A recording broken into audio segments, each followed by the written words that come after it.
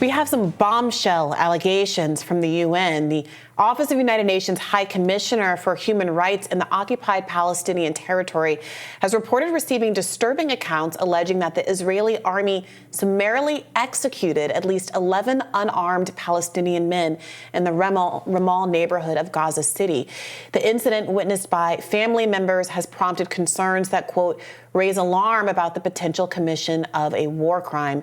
These accusations come on the heels of earlier assertions that Israeli forces intentionally targeted and killed civilians, according to the statement. In light of these allegations, the UN group has called on Israeli authorities to promptly initiate an independent investigation. Meanwhile, according to the Huffington Post, the State Department is working to block another bid for accountability. Officials are preparing to pressure Switzerland to reject global calls for a conference on Geneva Convention's violations in Israel-Palestine. This comes as U.S. Secretary of State Antony Blinken says the suffering would end today if only Hamas surrendered. Let's watch. Israel has been very clear, including as recently as today, that it would welcome returning to a pause in the further release of hostages. The problem was and has been and remains Hamas. They reneged on commitments that they made during the first pause for hostage releases. And the question is whether they are in fact willing to resume this effort. Yeah, so of course this accusation, this more recent accusation about the 11 people summarily executed, comes after a week of images where we saw Palestinian men being asked to strip down and get into the back of trucks to kneel in rows, and imagery that many Jewish observers likened to images that we saw from the Holocaust and other pogroms around the world. So this is a moment that seems to really call for the kind of investigation that several accusations and instances of throughout the 2-month period of the siege have warranted investigation, but there has been some resistance from Israel and the United States, which offers it some political cover, to actually allow outside third parties in to do exactly that. We've seen a real reluctance to allow third-party journalists into Gaza to do reporting. We are now close to 100 local journalists being killed by IDF forces. There has been a notable dip in the amount of information coming out of Gaza as a consequence, as some people are saying, a direct consequence of the dip in number of journalists that are even existing on the ground and able to get images out of the territory. And on top of all of that, now we're seeing on a diplomatic level the story about how America is trying to come to some agreement with the UN about what accountability could look like in a way that doesn't actually impede Israel's ability to continue its siege.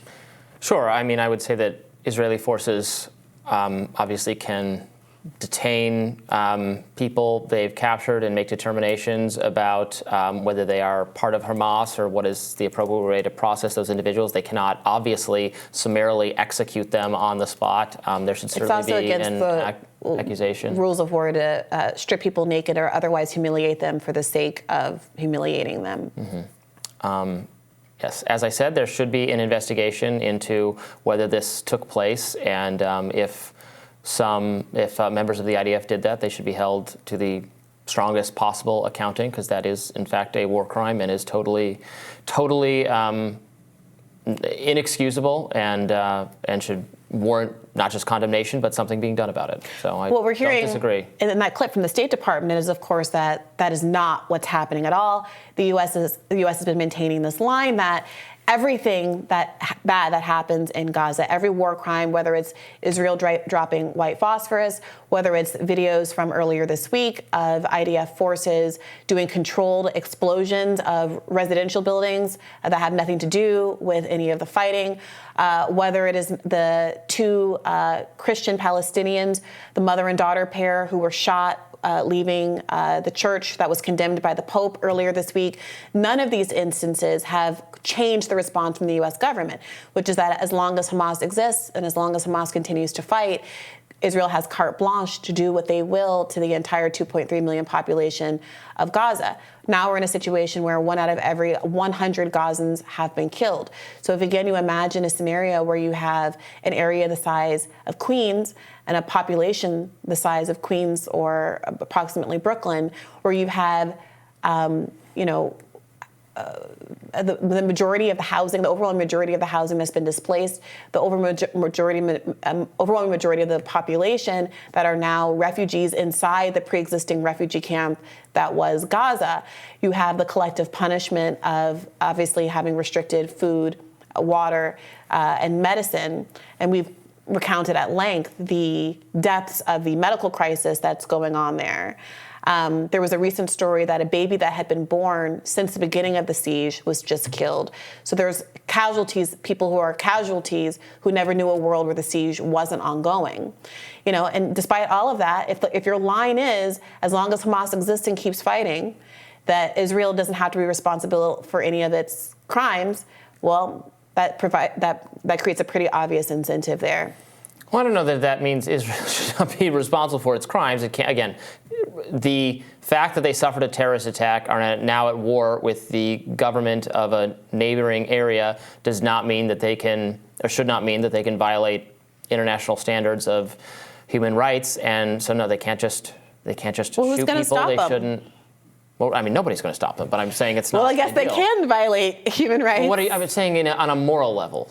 I'm saying it's not right. Well, on a practical level, yes. I've said this before. It will absolutely continue until Hamas surrenders. So that makes Blinken's point correct. They have license to do this. They are going to do this, and the swiftest way to bring an end to these atrocities would be the surrender of the opponent government. Well, the difference, Robby, is that Blinken isn't you or I. Blinken is part of a Biden administration that has the direct ability to stop the fighting or stop the siege, because the siege is being conducted with American money and American bombs and with American diplomatic cover. It is America's veto in the UN that is precluding the kinds of investigations and the kind of international criminal penalties that could befall specific bad actors in the Israeli government if we didn't provide that diplomatic immunity. I mean, as it should. It's not our job to be the world policeman. We should not offer. There was an organization called the United Nations that was created after World War II, where we have a permanent veto power, and that we are a member of that group. If you think that America shouldn't be involved at all in international diplomacy, then it should give up its veto power and simply leave the United Nations. But as a member of the United Nations, right there. As a member of the United Nations currently, you cannot have it both ways. You cannot say, well, I don't think the Americans should be the world's policeman, so it's allowed to act as the world's policeman, and an ethical dirty cop who is providing diplomatic cover for Israel. Didn't you oppose, and I oppose as well, sanctioning Russia for what it's doing in Ukraine? First of all, it's not about opposing. Why are you bringing up sanctions when we're having a conversation about bombs that are being dropped on Gaza with American funding and that are actually American? So I oppose the American funding of the bombs. We no disagreement here. But you want us to take extra steps to intervene against Israel. And I'm saying we should just have nothing to do with it. The extra step that I specifically just cited was the United Nations and international criminal courts not being blocked by the United States from having the power to hold the Israeli government and the bad actors in the Israeli government accountable for the war crimes that they are committing. What does that have to do with sanctions? You want us to intervene to have some investigation of Israel? I'm saying I want to butt out of the conflict. I want to butt out of the conflict just like I want us to butt out of the Russia-Ukraine conflict. I want the United States of America to stop intervening and blocking the UN from doing its job.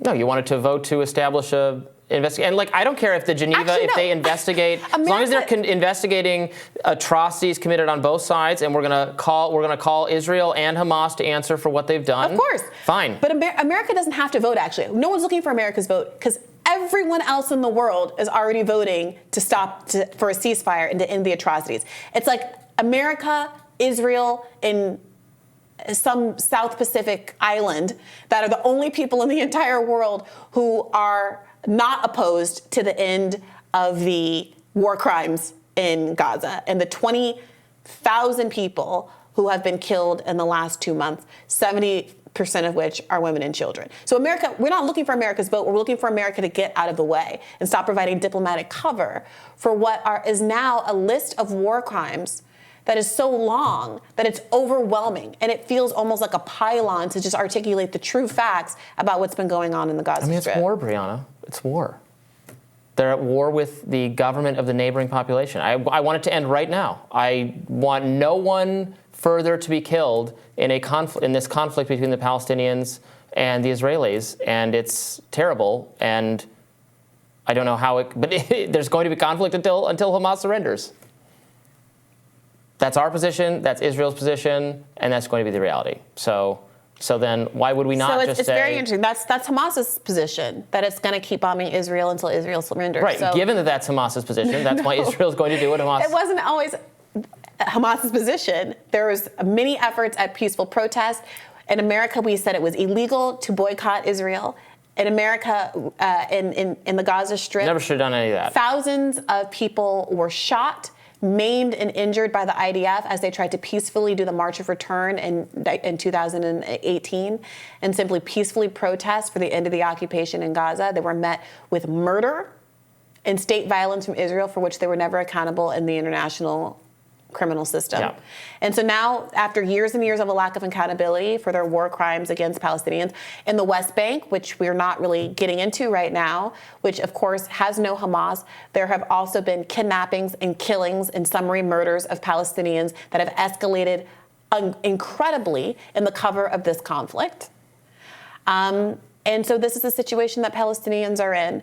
And it is not a shrug, I wish we could do something about it situation. It is our government and our tax dollars are directly paying for this. Meanwhile, Israel just announced that they will be paying for free college education for all of its IDF fighters, again, receiving more money from the American government than any other country in the world. No, we should cut that off. We do agree on that. More Rising right after this.